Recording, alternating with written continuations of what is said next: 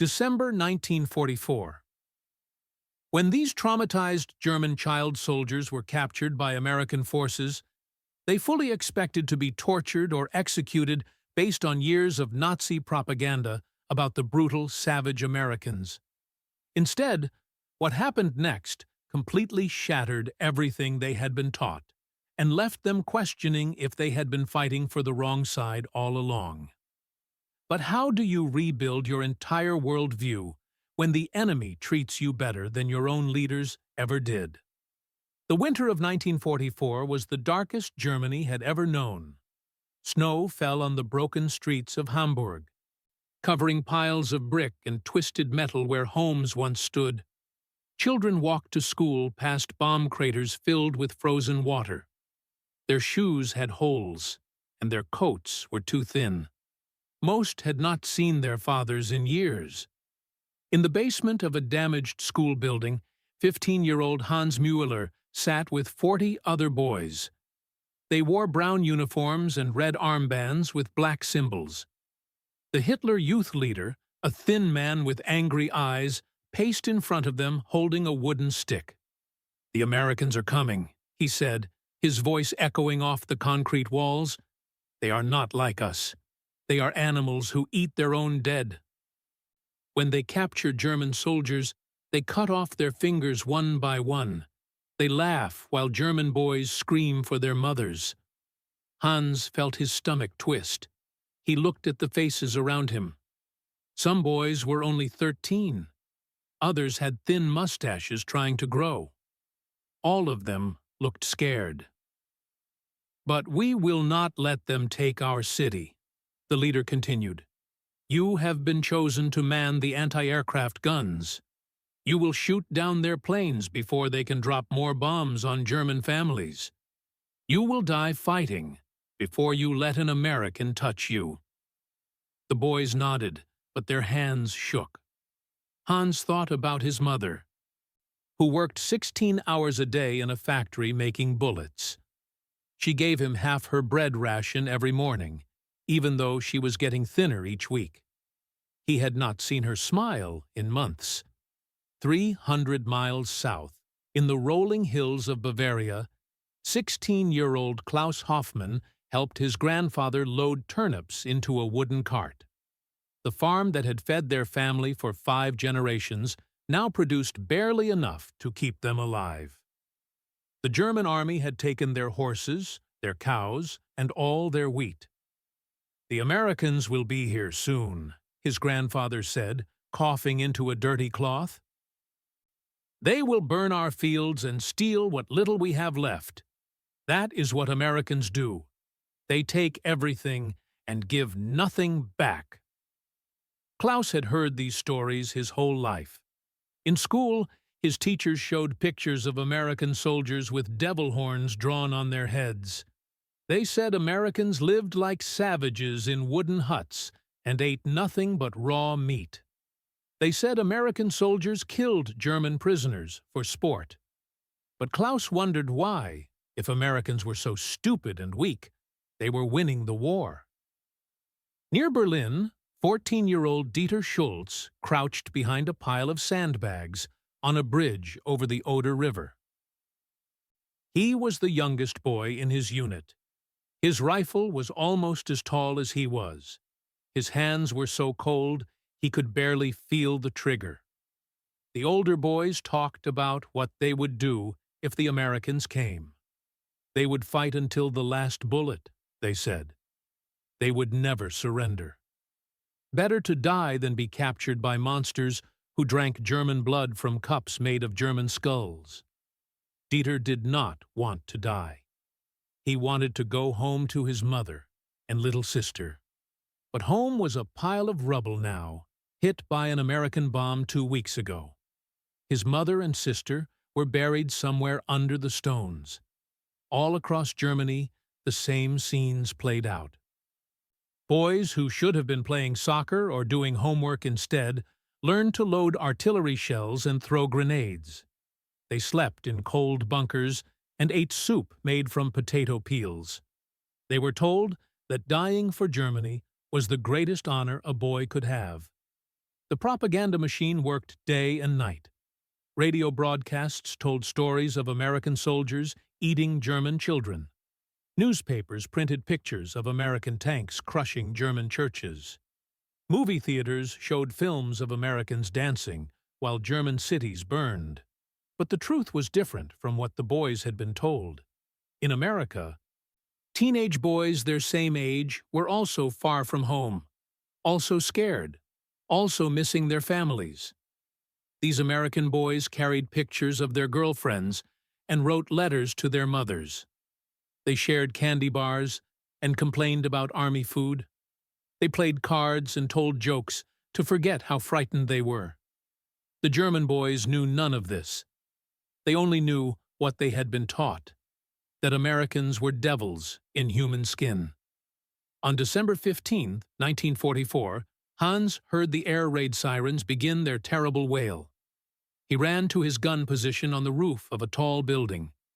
The sky was full of silver planes, more than he had ever seen. The sound of their engines was like thunder that never stopped. His hands shook as he loaded the shells. The gun was bigger than him, and the noise when it fired made his ears ring. Around him, other boys fired their guns at the endless stream of American bombers. Then Hans saw something that made his blood freeze. 3 American fighter planes were diving straight toward his building. Their guns flashed like angry stars. Bullets hit the concrete around him, sending chips of stone flying. One of the other boys screamed and fell. Hans saw blood spreading across his brown uniform. He wanted to run, but his legs would not move. The American planes roared overhead so low he could see the pilots' faces in their cockpits. For just a moment, one of the pilots looked right at him. Hans expected to see the face of a monster. Instead, he saw a young man, maybe only a few years older than himself. The pilot's eyes were not filled with hate. They looked almost sad. Then the moment passed. The planes were gone. Hans knelt beside his wounded friend, not knowing that in 3 days, everything he believed about Americans would change forever. 3 days later, Hans woke up in a place that could not be real. The ceiling above him was white and clean. The bed he lay in had soft sheets that smelled like soap. Warm air came from metal boxes on the walls. Through a window, he could see green grass and trees with all their leaves. This had to be a dream. Or maybe he was dead. A man in a white coat walked over to his bed. The man had kind eyes behind wire glasses. He spoke German with a strange accent. "Good morning, Hans. I am Dr. Williams. You are in an American field hospital. You were hurt when your building was hit. Do you remember?" Hans tried to speak, but his throat felt like sand. The doctor held a glass of water to his lips. The water was cold and clean. Better than any water Hans had tasted in months. "Where are the others?" Hans whispered. "Your friends are safe. Klaus is in the bed next to you. Dieter is down the hall. All 3 of you are going to be fine." Hans turned his head and saw Klaus lying in the next bed. His friend was awake, staring at the ceiling with wide eyes. Klaus looked as confused as Hans felt. A woman in a white dress came over with a metal tray. She had yellow hair and a warm smile. She spoke English to the doctor, then looked at Hans.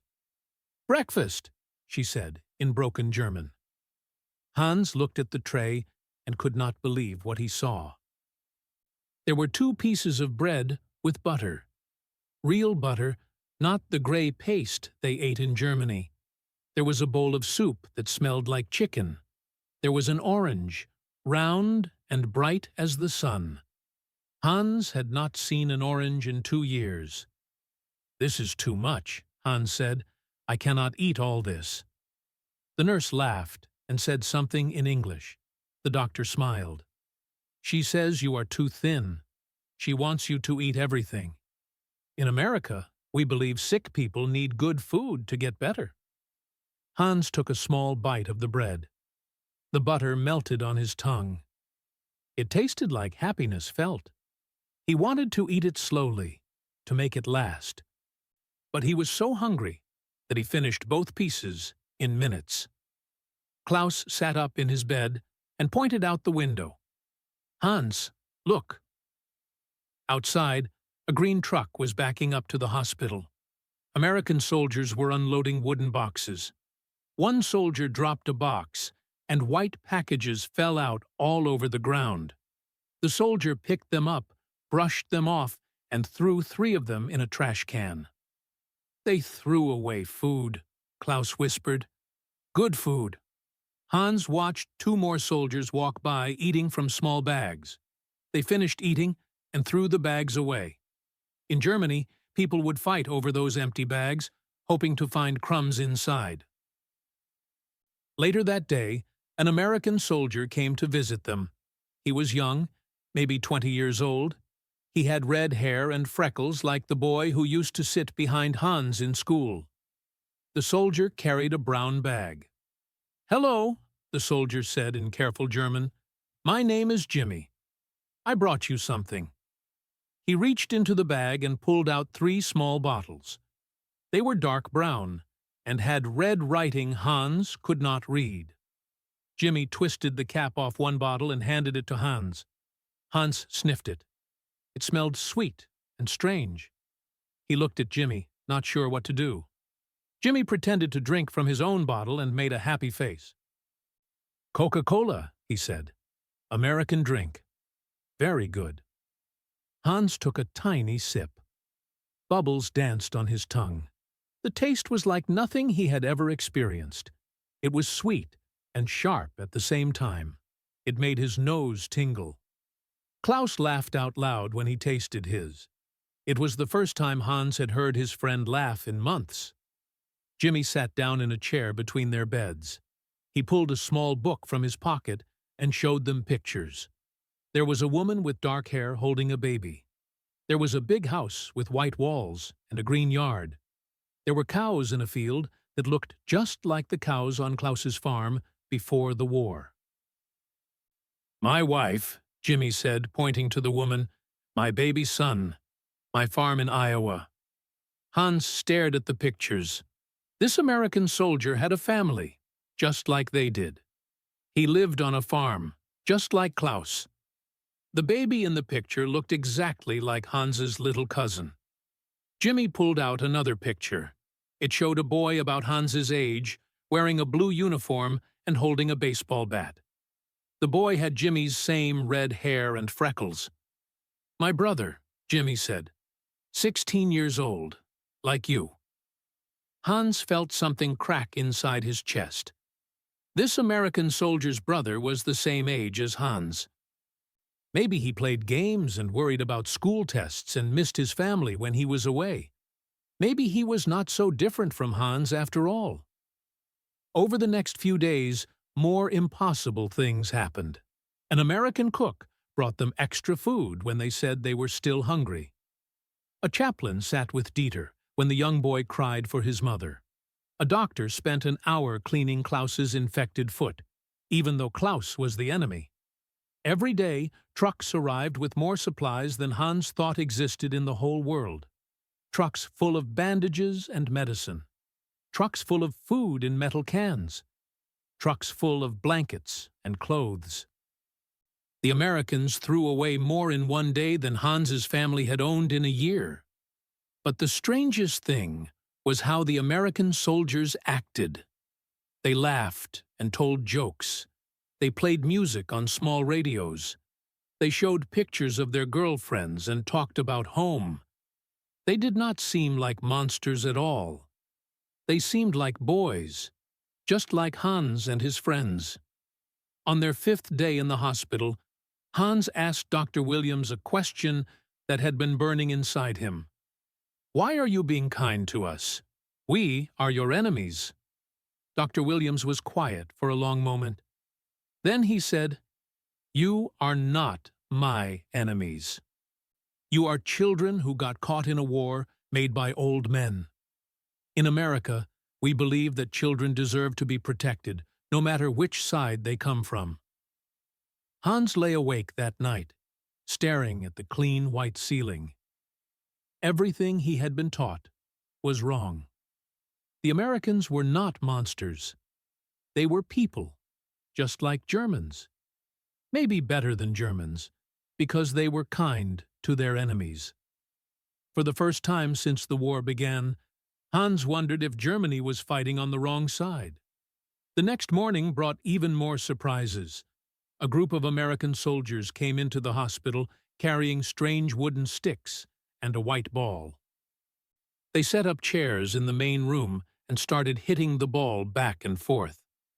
The sound echoed through the halls like gunshots, but the soldiers were laughing. "Baseball," Jimmy explained when he saw the boys watching. "American game. Want to try?" Dieter had been moved to their room the day before. He was the youngest and still jumped at loud noises. But when Jimmy held out the wooden stick, something changed in the boy's eyes. He took the stick with both hands. It was heavy and smooth. Jimmy threw the ball gently toward Dieter. The boy swung and missed. The American soldiers clapped anyway. They cheered like Dieter had done something wonderful. Jimmy threw the ball again. This time, Dieter hit it. The ball rolled across the floor, and all the Americans whooped and hollered. Hans watched Dieter's face light up. For a moment, the 14-year-old boy looked like a child again instead of a soldier. Klaus whispered to Hans, "They are playing with us, with their enemies. Why would they do that?" Hans had no answer. In Germany, adults did not play games with children. Adults gave orders. Children obeyed. Fun was something that happened before the war, in a world Hans barely remembered. That afternoon, a different kind of truck arrived. This one was painted white and had a picture of a smiling man on the side. Music played from speakers on top of the truck. American soldiers came running from all directions, holding coins and laughing like little boys. "Ice cream truck," Jimmy said, grinning. He helped Hans walk to the window to see better. The truck driver opened a window in the side of his vehicle. Inside, Hans could see dozens of wrapped treats in bright colors. Steam came out like fog. American soldiers lined up, talking and joking with each other. Jimmy came back a few minutes later, carrying 3 wrapped bars on sticks. "Ice cream," he said. "Cold candy. Very popular in America." Hans unwrapped his bar carefully. It was covered in chocolate, but when he bit into it, the inside was cold and sweet and creamy. It melted on his tongue and made his teeth ache in a good way. He had never tasted anything so wonderful.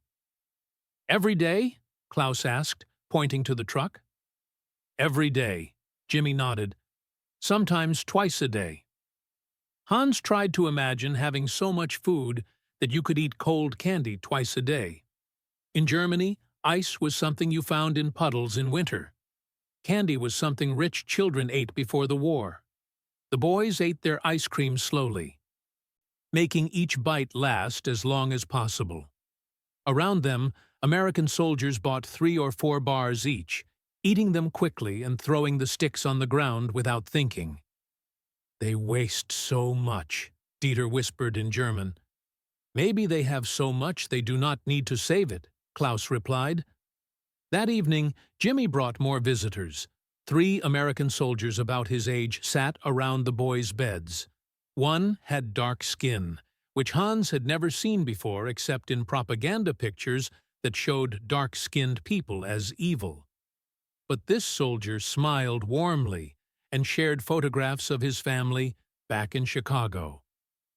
Another soldier was short and had the same black hair as Hans's uncle. He spoke a few words of German and made everyone laugh when he tried to say "good evening," but said "good horse" instead. The third soldier was quiet and serious. He pulled out a harmonica and played soft songs that sounded like lullabies. The music made Hans think of his mother singing to him when he was small. "We are all far from home," the serious soldier said in careful German. "We all miss our families. War makes us the same." As the days passed, Hans began to see patterns. American soldiers shared everything. If one man got a package from home, he opened it and passed around the cookies or candy inside. If someone was sad, others sat with him and told jokes until he smiled. They also worked together in ways Hans had never seen. German soldiers followed orders without question. American soldiers seemed to discuss everything. They argued about the best way to do jobs, but they did not get angry. They listened to each other's ideas. One morning, Hans watched a group of Americans fixing a broken truck. When they could not figure out the problem, they called over other soldiers to help. Soon, 10 men were working together, each one contributing something different. In Germany, one man would be in charge, and the others would just follow orders. "They treat each other like brothers," Klaus observed. "Like family," Hans agreed. The medical care continued to amaze them. German doctors had done their best, but they had no supplies. They reused bandages and gave the same needle to different patients. American doctors threw away bandages after using them once. They had different needles for each person. They had medicines Hans had never heard of. When Dieter developed a fever, 3 doctors examined him. They took his temperature every hour. They brought him cool cloths and extra blankets. They stayed awake all night watching him, even though he was just a German prisoner. "Why do they care so much?" Dieter asked when his fever broke.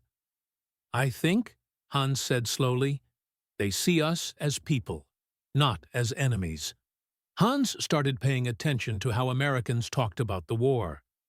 German officers spoke about glory and victory and dying for the fatherland. American soldiers talked about going home. They showed pictures of their girlfriends and counted days on calendars. They wanted the war to end so they could return to normal life. "We fight to win," one American sergeant told Hans. "But we do not fight because we hate you. We fight because we want to go home to our families." Hans thought about this for a long time. He had been taught that dying in battle was the highest honor. Americans seemed to think that living in peace was the highest honor. Late one night, when the hospital was quiet, Hans lay awake thinking about everything he had seen. The abundance of food, the waste that came from having too much, the kindness shown to enemies, the way Americans treated each other like equals, the medical care given freely to anyone who needed it. Everything he had been told about America was backward. They were not savages living in huts. They were not weak or stupid. They were not cruel or heartless. They were rich beyond anything Hans could imagine. They were organized and efficient. They were kind to their enemies and generous with their friends. They had built a society where even the lowest soldier ate better than German officers. Hans realized that Germany had not just lost the war. Germany had been wrong about everything from the very beginning. The Americans were not the enemy of civilization. They might be civilization itself. December 24th arrived with snow falling softly outside the hospital windows. Hans had been counting the days since his capture. 15 days of having his entire world turned upside down. 15 days of kindness from people he was taught to hate. 15 days of questioning everything he had ever believed. He woke that morning to the sound of singing. Not the hard marching songs of the German army, but something gentle and warm. American voices drifted down the hallway, singing words he did not understand, but melodies that made his heart feel strange. Jimmy appeared in the doorway with his usual smile, But today he looked different. He wore a clean uniform instead of his work clothes, and his red hair was combed neatly to one side. "Merry Christmas," Jimmy said in German. The words sounded funny in his American accent, but Hans understood. Christmas? Klaus sat up in his bed. Today is Christmas? Hans had lost track of the days. In Germany, Christmas had become another workday. The Hitler youth leader said Christmas was a weak holiday that made soldiers soft. They were supposed to celebrate the winter solstice instead, with ceremonies about German strength and purity. "Come," Jimmy said. "We have surprise for you." The boys put on their hospital robes and slippers. Jimmy helped Dieter, who still walked slowly because of his injured leg. They followed him down the hall toward the main room of the hospital. Hans stopped in the doorway and stared. The room had been transformed into something from a fairy tale. A pine tree stood in the corner, taller than any man. It was covered with small lights that twinkled like stars. Colored balls hung from every branch. At the top sat a golden angel with wings spread wide. Tables along the walls groaned under the weight of more food than Hans had ever seen in one place. There were whole chickens, golden brown and still steaming. There were bowls of white potatoes, with butter melting on top. There were green beans and orange carrots and bread rolls that smelled like heaven. There was a cake as big as a wagon wheel, covered in white frosting with red decorations. But the most amazing thing was the people. American soldiers sat next to German prisoners. They were talking and laughing together like old friends. Some Americans were teaching Germans card games. Others shared photographs from home. At one table, a German officer was showing an American sergeant how to fold paper into the shape of a bird. "How is this possible?" Hans whispered. "Christmas," Jimmy said simply. "Today, we remember that we are all children of God. Today, there are no enemies." Dr. Williams came over to them carrying 3 wrapped packages. "These are for you," he said, "from the soldiers in this hospital. They wanted you to have Christmas presents." Hans took his package with shaking hands. The paper was bright red with green ribbons. He had never owned anything so beautiful just for the wrapping. He opened it carefully, trying not to tear the pretty paper. Inside was a wooden toy soldier, painted in bright colors. But this soldier was not holding a gun. He was holding a small American flag in one hand and a German flag in the other. At the bottom, someone had carved words in English and German. "Friends, not enemies." Klaus opened his package and found a photograph in a wooden frame. It showed Jimmy's farm in Iowa with green fields stretching to the horizon. On the back, Jimmy had written, "For Klaus, your new home in America, when the war is over." Dieter's gift was a small stuffed bear, soft and brown, with a red ribbon around its neck.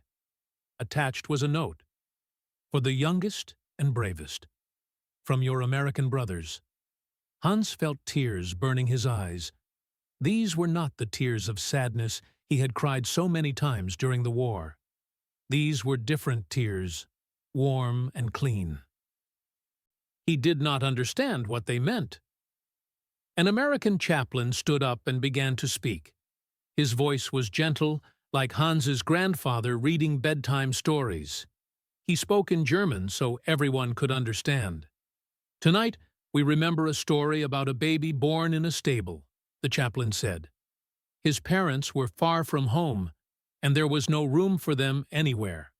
But kind strangers took them in and cared for them. That baby grew up to teach the world that love is stronger than hate, that forgiveness is stronger than revenge, that we must care for our enemies as we care for our friends." Hans listened and felt something breaking apart inside his chest. All his life, he had been taught that Germans were special, that they were better than other people, that they had the right to rule the world because they were stronger and smarter. But sitting in this room, surrounded by Americans who treated him like a beloved little brother, Hans realized how wrong that was. These Americans were not weaker than Germans. They were stronger in ways that mattered more than armies and tanks. They were strong enough to be kind to their enemies. They were strong enough to share their food with people who had tried to kill them. They were strong enough to give Christmas presents to boys who had been shooting at their airplanes just weeks before. A young American soldier sat down next to Hans. He looked about 18 years old, with blonde hair and blue eyes that could have been German. "My name is Robert," the soldier said, in perfect German. "I learned your language in school. I always wanted to visit Germany before the war." "Why?" Hans asked. "Because my grandmother came from Germany," Robert said. "She told me stories about beautiful castles and forests and music. She said German people were good people who loved their families and worked hard and cared about their neighbors." Hans stared at this American boy who looked like he could be Hans's own brother. "Your grandmother was German?" "Yes. She came to America when she was 16, about your age. She married my grandfather and raised 5 children. She always said that America was wonderful because it was made up of people from everywhere. Germans and Irish and Italians and people from Africa and Asia, all living together and helping each other." Hans thought about the dark-skinned soldier who had shown him family pictures. He thought about the short soldier with black hair who spoke broken German. He thought about Jimmy from Iowa and Robert, whose grandmother was German.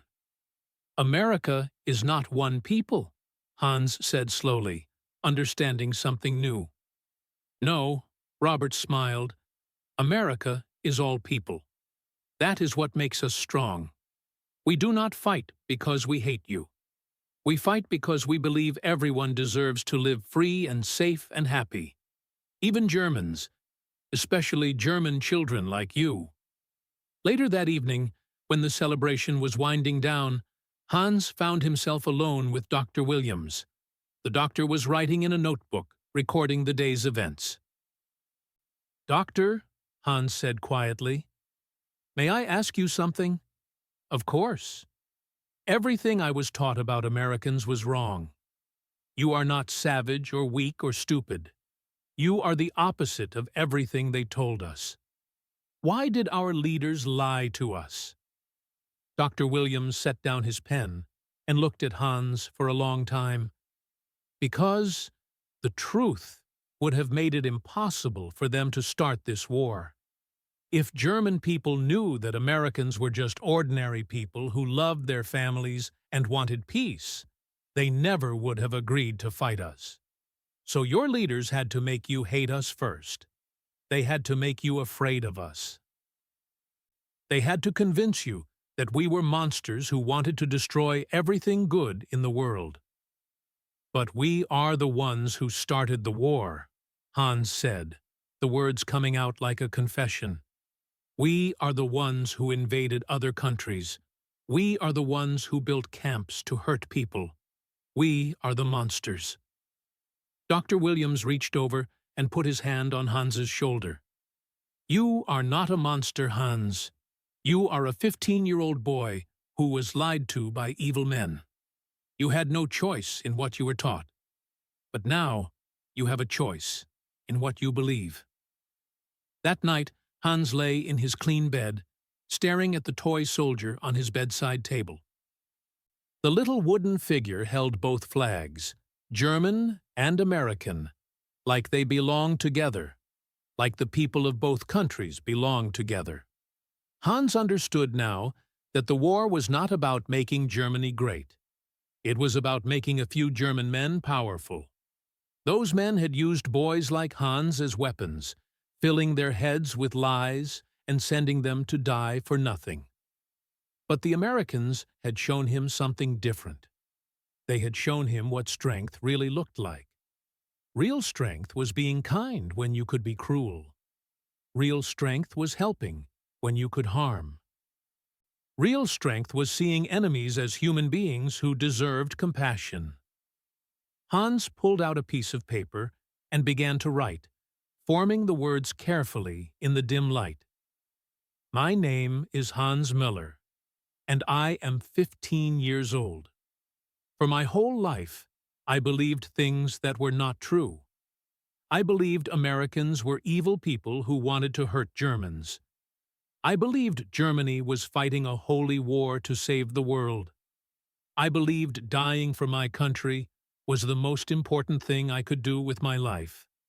Now I know that the most important thing I can do is live for peace. The Americans have taught me that enemies can become friends. They have taught me that different people can live together and help each other. They have taught me that the world is big enough for everyone to be happy. When I go home to Germany, I will tell everyone what I learned here. I will tell them that Americans are not monsters. I will tell them that war only brings suffering, but kindness brings hope. I will tell them that we were wrong, and it is not too late to choose a better way. The Americans saved my body when they brought me to this hospital. But more than that, they saved my soul. They showed me that love is always stronger than hate. Hans folded the paper and put it under his pillow. Tomorrow, he would be moved to a prisoner of war camp. Eventually, he would go home to a Germany that no longer existed. But he would carry this lesson with him for the rest of his life. In the darkness, Hans whispered a prayer he had learned that day from the American chaplain. It was not a prayer for victory in war. It was a prayer for peace on earth and goodwill toward all people. For the first time since the war began, Hans felt hope. The next morning brought a visitor that changed everything once more. Hans was finishing his breakfast when Jimmy appeared with a tall, thin man in a different uniform. This man had gray hair and kind eyes behind wire glasses, but his shoulders carried the weight of someone very important. Hans, Jimmy said, this is Colonel Patterson. He runs this hospital. Hans tried to sit up straighter, expecting to be scolded or punished. In Germany, when important officers visited, someone was always in trouble. But Colonel Patterson pulled up a chair and sat down like he had all the time in the world. Hans, I heard about what you wrote last night. Dr. Williams showed me your letter. Would you mind if we talked about it? Hans nodded, his throat suddenly dry. You wrote that you want to tell people in Germany about what you learned here. That is a very brave thing to want to do. But I need you to understand something important. When you go home, some people will not want to hear these things. Some people will call you a traitor for saying good things about Americans. Hans had already thought about this. I know, sir, but I cannot go back to believing lies. Colonel Patterson smiled. That is exactly what I hoped you would say.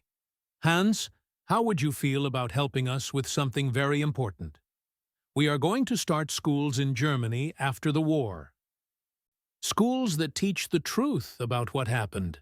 Schools that teach German children about democracy and freedom, and how different peoples can live together in peace. We need young Germans who understand these ideas to help us. Hans felt his heart beating faster. You would trust me to do that, even though I was your enemy? Especially because you were our enemy, the colonel said. You know what it feels like to believe the lies. You know what it feels like to hate people you have never met. And now you know what it feels like to learn the truth. That makes you the perfect person to teach other German children. Klaus had been listening from his bed. Sir, he said quietly, could I help too? I want to go back to my farm. but I also want other boys to know what we learned here. Dieter sat up in his bed, his young face serious.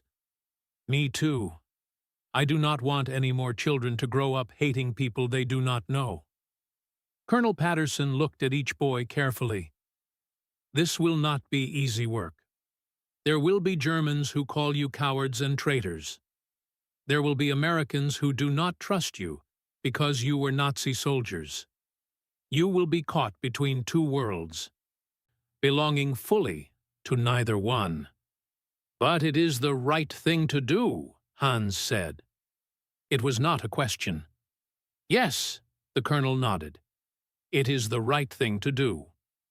That afternoon, the three boys were moved to a different part of the hospital. This section housed German prisoners who were being prepared to go home. But these were not ordinary prisoners. These were men and boys who had asked to learn about democracy and American values. Hans met Heinrich, a 20-year-old tank driver from Berlin who had been captured in France. Heinrich spoke perfect English and had been working with American teachers to write new textbooks for German schools. The hardest part, Heinrich told Hans, is not learning that Americans are good people. The hardest part is accepting that we Germans did terrible things, not just fighting a war, but really terrible things to innocent people. Hans had heard whispers about camps where bad things happened to Jewish people and others the Nazis did not like, but he had never known the details. Heinrich told him stories that made Hans feel sick to his stomach. I did not know, Hans whispered. None of us knew the worst of it, Heinrich said, but we all knew something was wrong. We chose not to ask questions. We chose to believe the lies because they made us feel important and special. That is what we have to live with now. Over the next week, Hans attended classes taught by American officers and German prisoners who had been there longer. They learned about how democracy worked in America. They learned about the Constitution and the Bill of Rights. They learned about how Americans chose their leaders and how those leaders could be removed if they did bad things. But most importantly, they learned about taking responsibility for their actions. In a democracy, explained Captain Morrison, an American teacher from Ohio, every citizen has the power to choose what their country does. But that also means every citizen has the responsibility for what their country does. You cannot just follow orders and say it was not your fault. Hans thought about this idea for days. In Germany, he had been taught that his job was to obey without question. Thinking for yourself was dangerous. Asking questions was treason.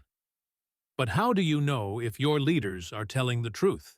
Klaus asked during one class. You ask questions, Captain Morrison said. You read different newspapers. You talk to different people. You travel to other countries and see how they live. Most importantly, you remember that any leader who tells you to hate people you have never met is probably lying to you.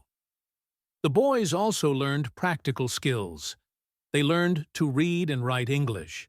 They learned about American farming methods that Klaus could take back to his family's land. They learned about American medicine and engineering. But the most important lessons came from simply living alongside Americans every day. Hans watched how American soldiers treated each other. When someone made a mistake, they helped him fix it instead of punishing him. When someone was sad or scared, others sat with him and listened.